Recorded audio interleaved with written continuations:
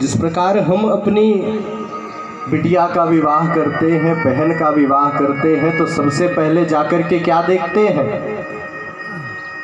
महाराज? लड़का क्या करता है, लड़के की नौकरी चाकरी कैसी है, बिजनेस कैसा है, घर बार कैसा है, परिवार कैसा है, कुल खानदान कैसा।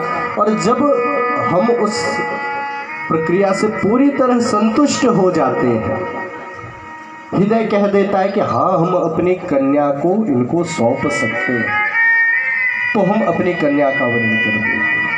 उसी प्रकार हम अपने जीवन का अमूल्य समय लाकर के गुरुदेव भगवान के चरणों में समर्पित करने वाले हैं, भागवत भगवान के चरणों में समर्पित करने वाले हैं। तो कम से कम हमें ये तो पता होना चाहिए कि महाराज 7 दिन हम कथा श्रवण करेंगे तो हमें मिलेगा क्या, हमें प्राप्त क्या होगा। और श्रीमद् भागवत महापुराण की जितनी महानता का वर्णन किया जाए उतना कम है। कल पूज्य महाराज श्री के मुखारविंद से आपने श्रवण किया, श्रीमद् भागवती वार्ता प्रेत पीड़ा विनाशिनी। ये भागवत की कथा प्रेत की पीड़ा का भी विनाश कर देती। तो महाराज हमारे जगत में तो उस पीड़ा से बड़े कमजोर दर्द है। और सबसे बड़ी बात, पूज्य गुरुदेव भगवान की सन्निधि प्राप्त हुई है। भाग्योदयेन बहुजन्म समर्जितेन सत्संगमं चलवते पुरुषो यदा। जब 1 या 2 जन्म के नहीं, जन्म जन्मांतर कल्प कल्पांतर युग युगांतर के पुण्य उदय होते हैं, तब जाकर के महाराज सत्संग प्राप्त होता है, संतों का संग प्राप्त होता है। और आपको पूज्य गुरुदेव भगवान की सन्निधि प्राप्त हो रही है। श्रीमद् भागवत महापुराण श्रवण कर रहे हैं। ये हमारा और आपका अपितु हम सब का बहुत बड़ा सौभाग्य है कि गुरुदेव के मुखारविंद से अमृतमयी वाणी, अमृतमयी कथा को श्रवण करने का अवसर प्राप्त हो रहा है। क्योंकि जीवन में जो कुछ भी प्राप्त होता है महाराज, वो गुरु कृपा से ही प्राप्त होता है।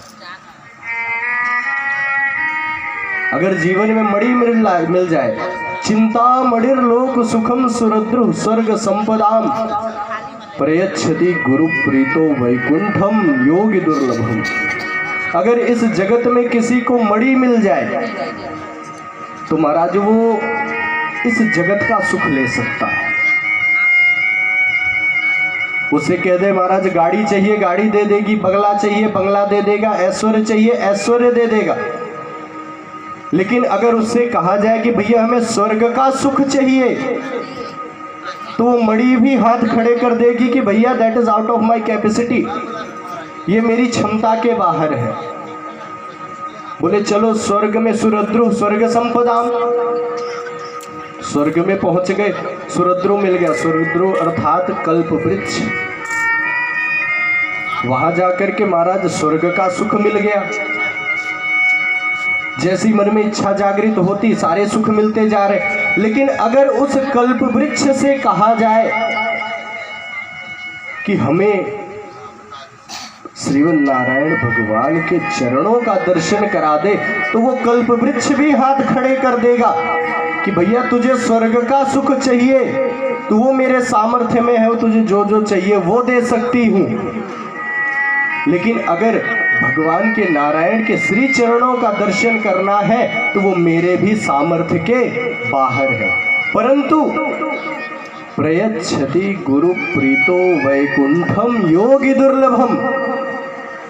परंतु अगर गुरु की प्रीति हो जाए, गुरु का प्रेम आपके प्रति हो जाए, तो महाराज जो योगियों के लिए भी दुर्लभ है, बड़े बड़े सन्यासियों के लिए भी जो भगवत धाम दुर्लभ है, उनका श्री चरण कमल दुर्लभ है, वो केवल भगवान के चरण गुरु कृपा से प्राप्त हो जाएंगे। प्रयच्छति गुरु प्रीतो वैकुंठम योगी दुर्लभम।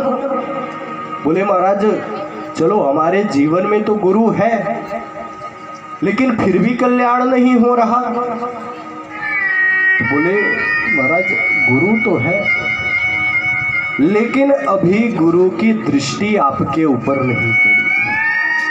बोले महाराज चलो गुरु की दृष्टि भी हमारे ऊपर खूब पड़ी हुई है, गुरु हमारा खूब ध्यान रखते हैं।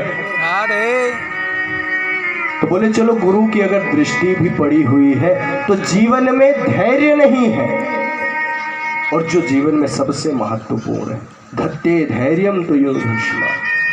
90 वर्ष की अवस्था में महाराज देवकीनंद बाबा को भी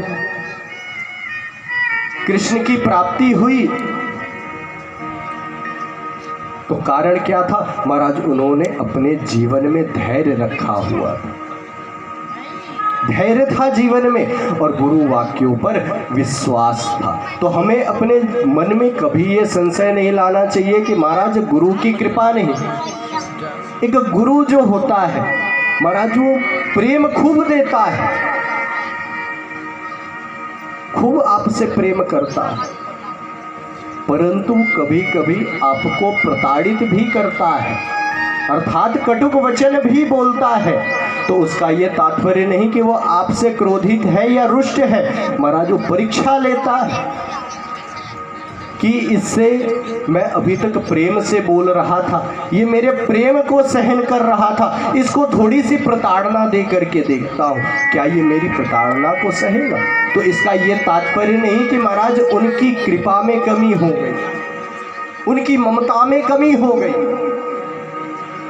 उनकी ममता में कोई कमी तो नहीं, उनकी ममता में कोई कमी तो नहीं, उनकी ममता में कोई कमी तो नहीं, उनकी ममता में कोई कमी तो नहीं। योग्यता में हमारी कमी रह गई, योग्य